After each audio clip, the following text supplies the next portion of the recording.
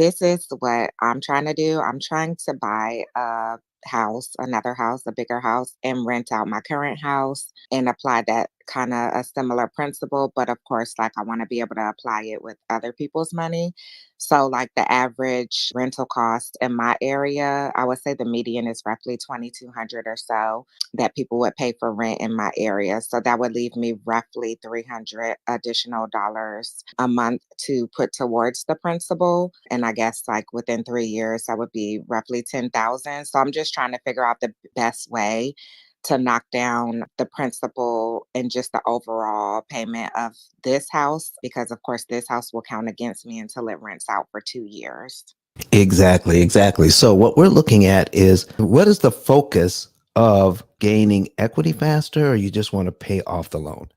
I guess I want to pay it off because, like, my goal is to have multiple properties that I own and am able to rent out. But of course, like, I'm fearful of that because, like, I would be the first person in my family to do it. And just having that fear of having two mortgages and like rent, I don't want to sell it, but I feel like selling is like the safe bet, I guess. But, to get to my goal of renting out multiple properties, I want to be able to do it. But just having that in the back of my head of like two mortgages. All right, I get what you're talking about. But once you understand how all of this works, let me give you an example here.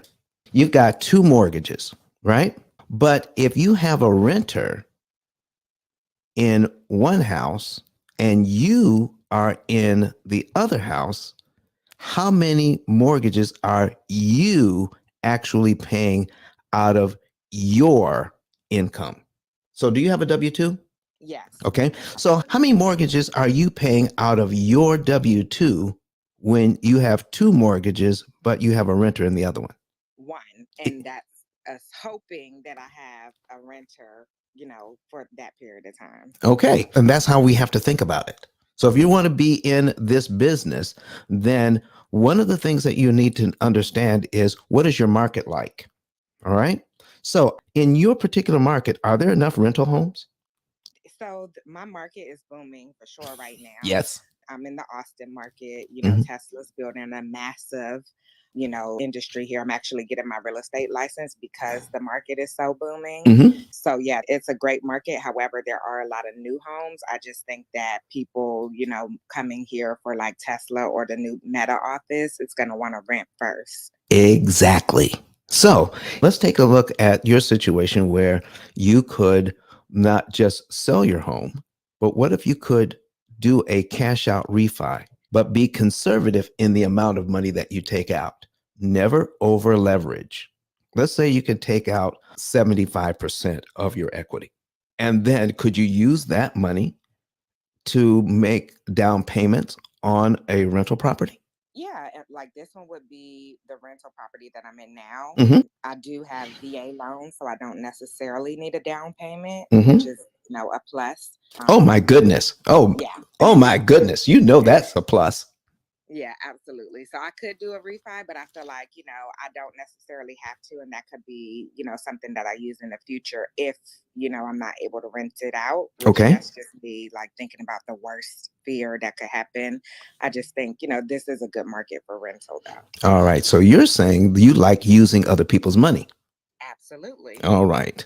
So here's what we're talking about. So if you can do that, all right, if you could do that, and what you want to keep from doing is building up a lot of equity in the walls of your house. All right. So if I were you, I would consider this gaining equity faster at a much lower interest cost.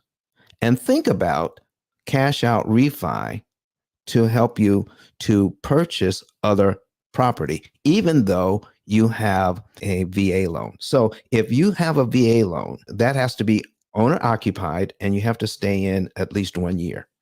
Is that correct? Yeah, and so I've done that in this property. I've been here for 3 years. So I'm Hmm. able to go and get another loan, and they've raised it in the state of Texas. So I have a pretty good amount to work with if I Hmm. just rent this one out. Exactly. So what if you were in a position now that you have maybe two homes? You know, you're using your VA benefits. Now you have two homes or even three at this point, and you're using your VA benefit to move every year and then turn your current home into a rental and purchase another home for yourself. Now you have more than one home. You're gaining equity. Now, if you have equity in these homes, now do you have to wait every year to add on? Or can you continue to use your VA loan every year and maybe partway through a year, reap some of the equity out of these homes? And now you're not limited to adding on one home a year, maybe two. Yes, I love it. And in Texas, you have that another Texas veteran loan you can use to Hmm. where you only have to stay in the house for 6 months. So Look at there's a you. couple different loans I could use Hmm. to help me get to that place. But I feel like what you're saying is giving me the confidence to, move forward with it. So now with that, understanding how a loan actually works, you can use some of that money that has not been earmarked for investment, but some of the money that you're going to keep on the sideline for repairs and maintenance on your properties, you can then start adding that up, keeping that in the bank. And then you can use some of that money to prepay some of these loans. Just like I showed you in the previous example. What if we put some of that money out of that reserve account, apply it to the debt, and get that equity at a much lower interest cost? Now, the homes that you're trying to reap the equity, you're getting to the point where you can reap that equity years sooner at a much lower interest cost. But Don has some valuable information that can contribute to the quality of a person's life. And it only costs you a few dollars. It's his book. Why not get that? I'm going to go through the P.I.L.L method myself with some of my investment properties. So I'm going to link up with Don, and then I'm going to sit down with him, show him my investment portfolio, and see how I can eliminate interest.